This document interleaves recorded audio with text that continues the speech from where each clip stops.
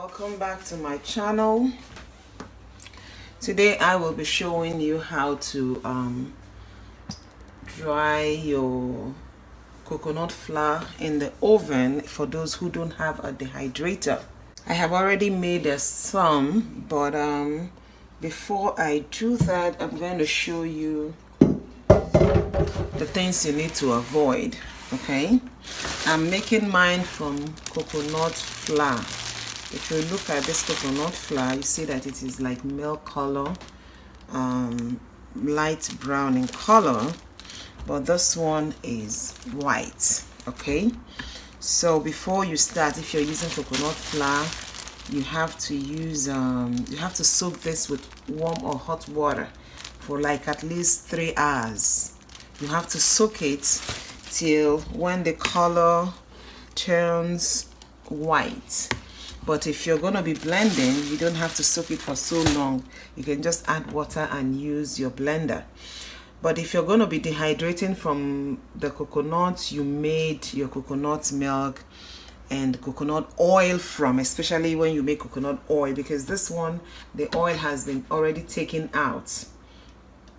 But if you're using it from raw coconut where you made your coconut oil, one of the reasons why it burns when it's in the oven is either it has some milk left in the shaft, or there's still oil left. So if you want it to really dehydrate properly, you have to make sure you wash it out clean and you squeeze out all the milk very well. Make sure the milky color water goes off before you go on to the next stage.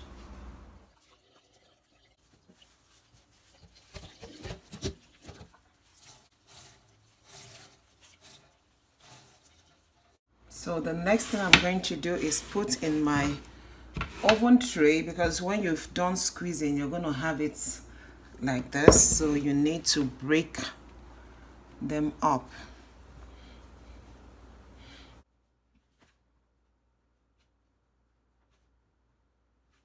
So this is what I turn it with.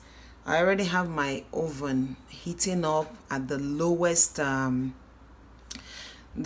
setting, which is 170 degrees Fahrenheit, which is half of that should be like 85 degrees centigrade. So I come back and I turn it. I just use this thing to mix them around every 30 to 1 hour. It stays in the oven.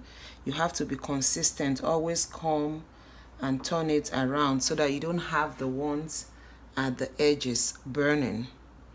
You have to keep turning them around. But this tray is too full. If you're starting out, this is like you can use half of this.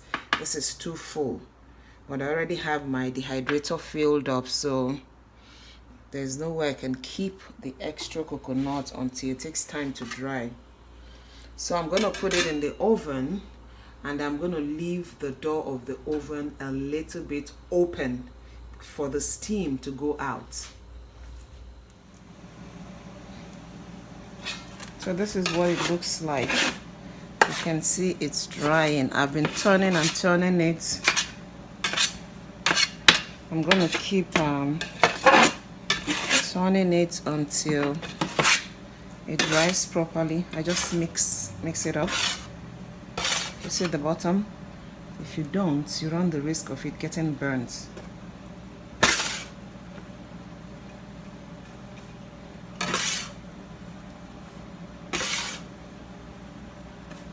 I turn it like this one is at the bottom. After a while, I'm going to move it up, take the one at the top and put at the bottom shelf of the oven. It's still very wet. It has not dried because of the heat, the low heat. It takes time to dry, especially these ones that are clumped up. It takes time to really dry. You need it to be really, really dry before you reblend. It's not even hot. And we are done dehydrating. Can you guess which one is from the oven and which one is from the dehydrator? Okay, So this is from the oven. This was dehydrated in the oven. If you notice, the color is still the same. This was done in the dehydrator.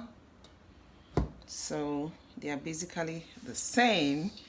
If you just follow the way I said you should do it, by taking it easy, doing it on a low on a low setting.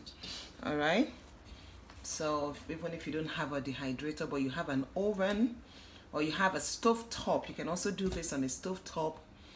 Thank you for watching. Like, share, subscribe, and I will see you in my next video. Thank you. Bye.